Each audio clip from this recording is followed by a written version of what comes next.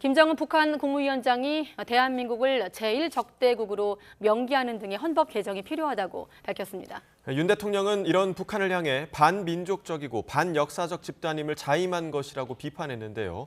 올해도 남북 대치 국면이 이어질 거란 예상이 나오는데 이물출 경남대 극동문제연구소 교수와 함께 자세한 이야기 나눠보겠습니다. 어서 오십시오. 네, 안녕하십니까. 네, 한국은 불변의 주적이다. 여기에 대해 우리는 또 몇 배로 응징할 거다. 협박 안 통하는데 여러 좀 날카로운 말들을 지도자가 주고받고 있는 상황입니다. 자, 먼저 김정은 위원장 시정연설에서 헌법 개정을 지시했는데 우리로 따지면 이제 국회 시정연설의 성격입니까? 그렇죠. 당 중앙위 전원회의에서 이제 기본적인 방향을 결정을 하면 보다 이제 세부적이고 구체적인 그 국정 과제를 최고인민회의 시정연설을 통해서 이제 보통 밝혀왔습니다.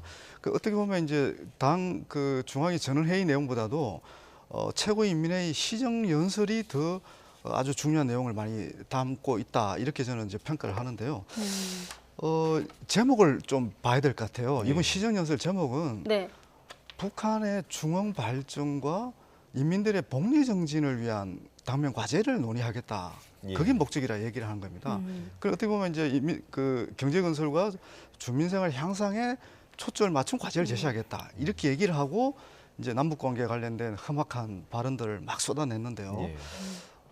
지금 이 시점에 김정은 위원장이 왜 또 이런 그 격한 발언을 쏟아내고 있을까? 이걸 이제 저는 먼저 좀 서두에 말씀을 드리고 싶은 게 올해 2024년이 과연 이 김정은 정권에게 어떤 의미가 있는가 이걸 먼저 한번 짚어봐야 될 것 같아요. 예를 들면 지금 우리 한국 정부는 특히 뭐 윤석열 정권 입장에서는 다가온 총선에서 승리하는 게 가장 중요한 목적이 되겠죠. 그럼 미국 바이든 대통령 입장에서는 뭐 11월 달에 미국 대선에서 또 승리하는 거고 그러면 이제 김정은 위원장 입장에서 또 자기한테 중요한 과제가 있다고 저는 보이는 거죠. 그게 이제 내년이 그러니까 노동당 창건 80주년이 되는 해고 그리고 이제 2021년에 8차 당대회를 했는데 내년 연말에 아마 9차 당대회를 할 겁니다. 근데 이게 왜 중요한가 하면 8차 당대회 때 국방건설 5개년 계획과 경제발전 계획 5개년 계획을 발표를 했어요.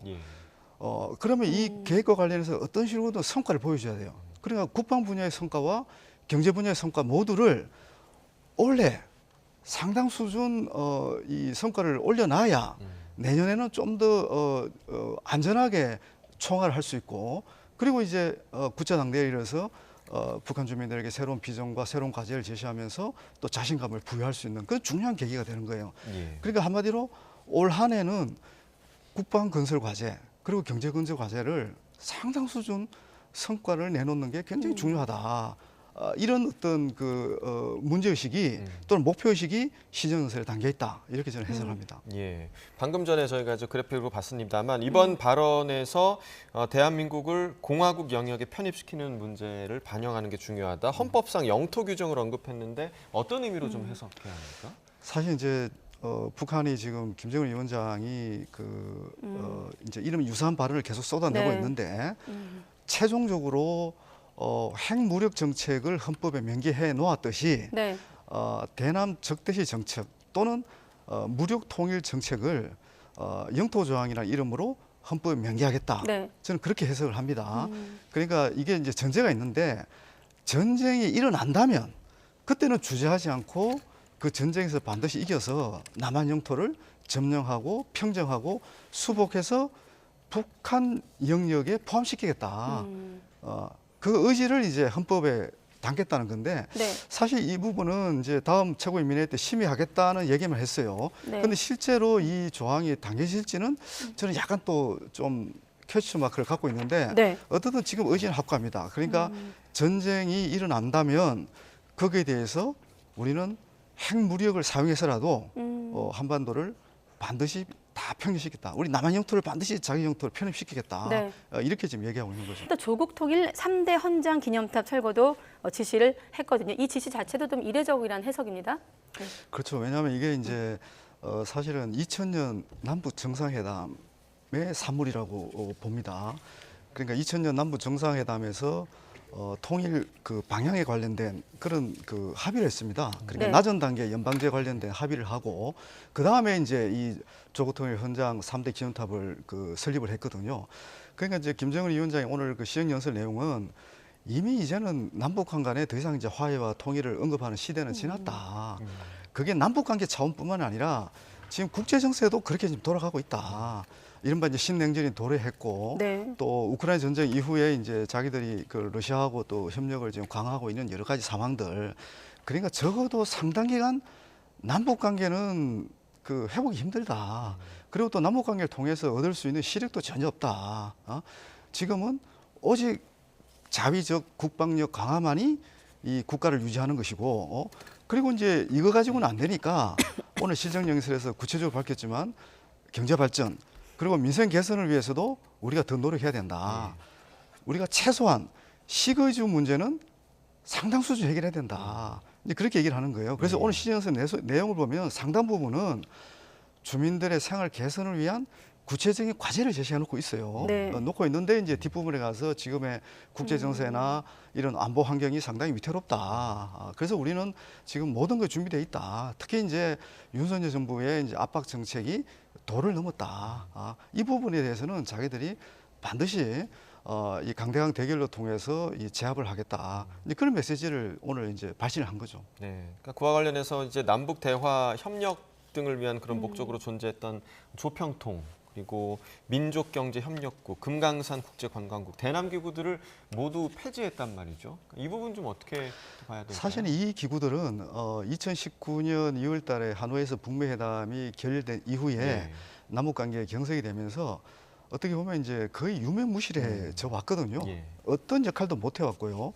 지금 언급한 이런 조직들에 사실상 전담 인력도 없는 걸로 저는 파악을 하고 있습니다. 그러니까 거의 이제 유명무실한 기구로 존재를 해왔는데 이제 모든 것을 정리하는 상황에서 김정은 위원장이 직접 앞으로 남북 간의 이제 교류와 협력, 대화 관련된 모든 기구들은 이제는 다 이제 없애겠다. 그뿐만 아니라 이제 제가 오늘 주목한 부분은 또 예를 들면 이제 그동안에 남북 교류 협력을 추진해오면서 만들었던 여러 가지 인프라 같은 것도 있잖아요. 그죠? 예. 뭐 개성단도 그랬고 또 특히 이제 경의선, 철도, 도로 이런 것들이 있는데 지금 금강산은 상당 부분 지금 거의 다 철거를 했고 예를 들면 이제 우리가 그 통일전망대에서 보면 지금 경의선, 도로, 철도는 그대로 있거든요. 예. 아마 이걸 전부 파헤쳐서 다시 이제 군사 기지화할 가능성 이런 것들이 저는 예상이 됩니다. 그러니까 모든 흔적을 완전히 지우겠다. 그러니까 일시적이고 잠정적인 대남 정책이나 노선이 아니고 이제는 진짜 투 스테이트 국가 대 국가로 관계에서 오직 이 남한은 자기들한테는 이제 이게 제압의 대상이다. 이렇게 이제 기조를 오늘 시정연설을 통해서 명확하게 했고 이걸 제도화해서 이제 헌법에 명기하겠다.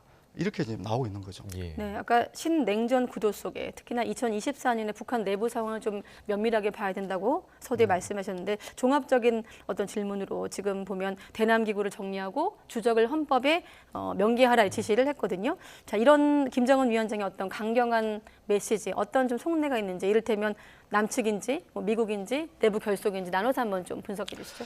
일단 지금 윤석열 정부의 대북 정책이 기본적으로 우리 정부 공공연히 얘기하고 있지만 제재, 압박을 통해서 북한을 대화로 이끌어내겠다.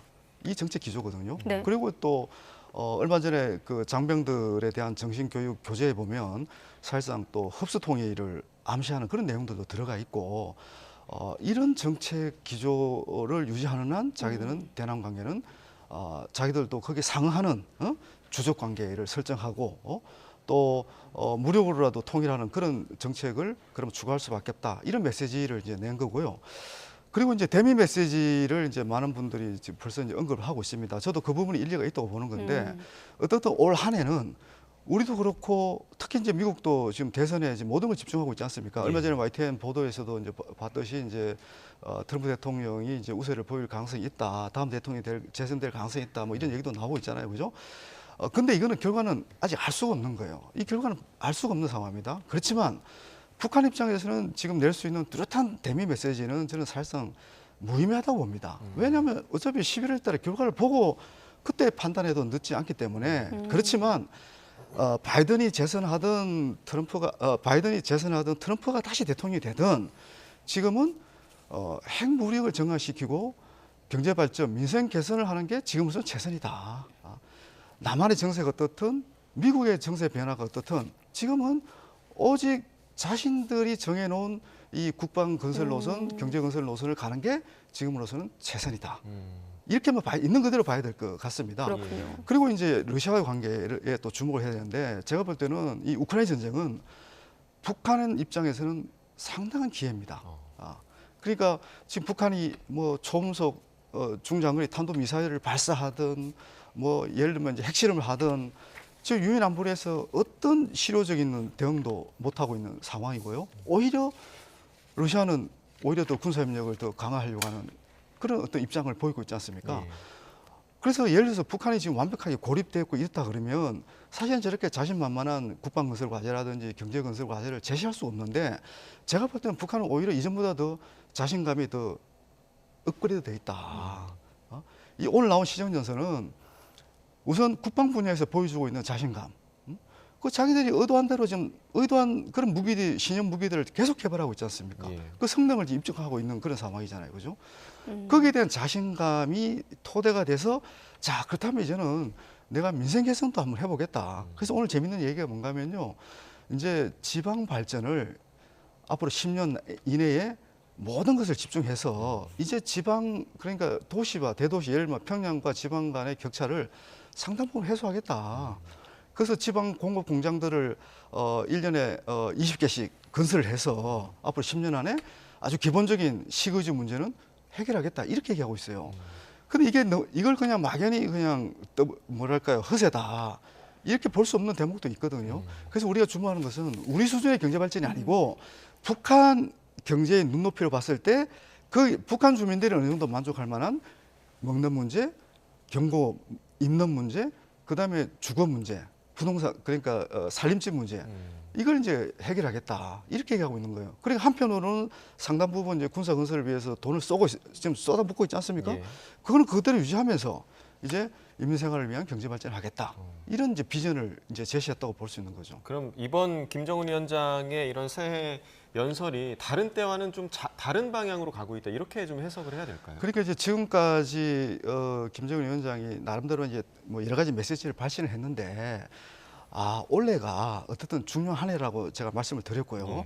이 한 해에 이 국방건설 5개년 계획, 그다음에 경제발전 5개년 계획을 상당 수준 발전시킬 수 있는 절호의 기회다. 시점상 이제 그런 판단에 따라서 어떻게 보면 대내 메시지 굉장히 그 이제 대의원들 중요한 간부들 정책 결정자들 또 신무자들 다 모아놓고 우리는 일단 이 방향으로 간다. 이 방향 갔을 때 이제 한눈 팔지 말고 뭐 대남 관계에 대한 개선에 대한 기대, 뭐 통일 문제에 대한 기대, 뭐 이런 거 전혀 이제 하지 마라. 오직 우리가 이번에 설정한 이 국방 건설 그러면 경제 건설을 위해서 내부 결속을 해야 된다. 거기에 대해서 모든 내부 자원을 총동시켜서 이 과제를 해결해서 인민들에게 정말 신뢰감을 주자. 지금 이렇게 나오고 있는 거죠. 네. 근데 과연 이 방향으로 될지 안 될지는 사실 알 수는 없어요. 어떻든 김정은 위원장의 시즌 연설을 통해서 밝힌 그 국정 방향은 그렇다. 이런 얘기를 말씀드립니다. 예. 네, 북한의 자신감, 어떤 군사적 발전에 따른 그런 자신감을 말씀하셨는데 아무튼 남북 간의 발언을 좀 보면 퇴로가 좀 보이지 않습니다. 여기에 우리 대통령도 국무회의에서 새해 처음으로 북한을 언급했는데 상당히 강경한 발언이 나왔고 특히나 북한 정권과 북한 주민을 분리하는 듯한 발언도 했거든요. 대통령의 발언은 좀 어떻게 보십니까? 일단은 좀 아쉬운 부분이 있습니다. 왜냐하면 계속해서 반복해서 지금 대통령이나 국방부 장관 또 통일부 장관이 지금 얘기하는 것이 뭐 몇 배의 응징, 그죠? 그래서 북한을 반드시 이제 굴복시키겠다. 뭐 이런 메시지를 계속 반복적으로 지금 제시를 하고 있는데 전쟁 억제력을 강화하는 것은 꼭 필요한 과제, 어느 때보다 중요한 과제라고 봅니다. 저는 한미일 공조도 중요하다고 보는 입장에 있고. 그렇지만 지금 이 복잡한 지금 그 어떤 북한의 어떤 셈법을 좀 어느 정도 예를 들면 이제 북한의 핵 무력을 계속 강화하면서 인민 생활이 만약에 개선된다면 지금 사실 우리 정부가 지금 추구하는 이런 정책 방향들이 지금 사실은 어떻게 보면 효과가 없다는 것을 증명을 하는 거거든요. 네. 물론 더 지켜봐야 되겠지만 좀 더 종합적이고 좀 전략적인 접근을 저는 예. 할 필요가 있다. 그는 지금 북한도 지금 남북 관계를 재설정하고 있고 그게 부합해서 우리도 지금 남북 관계 통일 문제의 개념을 완전히 재정립해야 됩니다. 지금 사실은. 저 김정은 씨가 얘기하는 게 저게 그 어떻게 보면 비현실적이라고 할 수가 없는 거예요. 이제는 지금 국제 정세, 이 전쟁의 시대, 어떻게 보면 이제 더 이상 우리가 평화를 논의하기 힘든 이런 시대에서 그게 시대에 걸맞는 현실적인 대안을 제시하고 있는지도 모릅니다. 북한 입장에서는. 예. 그럼 우리도 과거에 지금까지 계속 고수해왔던 통일 정책, 대북 정책, 그걸 고수하는 게 맞을까요? 저는 전혀 아니라고 봅니다. 완전히 패러다임이 이제 바뀐 겁니다. 예.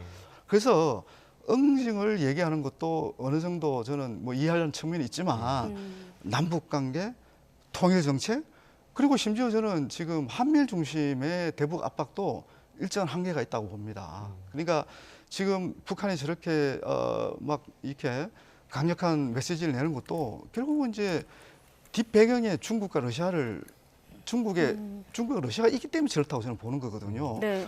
우리가 이 지금 단계에서 해야 될 일은 북한하고 특히 러시아하고의 군사 협력이랄까 다른 협력들을 최대한 이걸 어떻게 보면 좀 뭐랄까요 속도를 좀 늦추게 만들거나 못하게 해야 되는 겁니다. 아, 그러면 한미 중심의 대북 압박에 한계가 있다는 말씀은 다른 나라를 좀 고리로 삼아야 된다는 말씀이신가요? 그러니까 이제 이 정도 압박 가지고는 부족하다. 쉽게 말해서 중국과 러시아가 우리의 정책에 동참하면서 만약에 압박을 한다면 그거는 효과를 어느 정도 발휘할 수가 있다.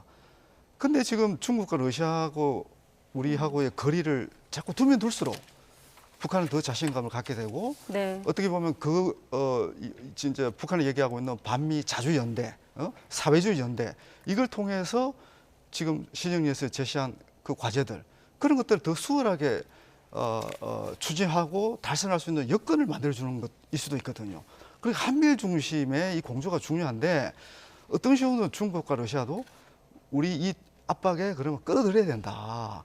그렇지 않으면 이 효과를 장담하기 어렵다. 그리고 우리가 지금 안보에 대한 불안감을 느끼는 이유도 북한이 완전하게 고립돼 있고 배제돼 있는 게 아니라 지금 새로운 생존 전략을 러시아의 관계든 중국과의 관계든 그걸 지금 모색하고 또 거기에 대한 성과를 보여주면서 새로운 더 도전적인 국방 건설, 경제 건설 과제를 제시하고 있기 때문에 불안한 거거든요. 그러니까 저는 응징 발언을 했을 때 우리 전문가들이나 우리 기자분들도 마찬가지입니다. 제가 오전에 많은 질문을 받고 인터뷰에 응하면서도 네. 사실상 전쟁 가능성을 다 우려하고 있는 거예요. 즉 국민을 안심시키지 못하고 있다는 거예요. 저게. 네? 네. 그러면 거기에 대한 냉철한 성찰에 기초하고 정말 이걸 북한의 저런 자신감, 무모한 자신감, 그리고 북한에 저는 내세우고 있는 저런 어떤 목표들을 어떻게 하면 좀 더 좀 뭐랄까요 방해할 수 있을까? 어떻게 저런 목표? 왜냐하면 북한이 더 갈수록 자신감을 갖게 되면 더 불안한 안보 환경이 만들어질 수밖에 없는 그런 상황이거든요. 예. 그래서 저는 이제 마지막으로 말씀하고 싶은 게 어떻든 중국 러시아하고의 어떤 최소한의 신뢰 관계를 복원을 하고 북한이 저런 방향으로 가는 것을 우리가 견제해야만이 그래야 보다 우리가 국민들이 체감할 수 있는 네. 안보, 안전, 알겠습니다. 그런 걸 이제 만들 수 있다. 저는 그렇게 봅니다. 네. 예. 한미 중심의 어떤 대북 압박의 좀 한계를 인정을 하고 중러를 좀 활용하는 방안에 대한 아이디어까지 들어봤습니다. 이물출 경남대 극동문제연구소 교수님과 함께했습니다. 고맙습니다. 네, 그렇습니다.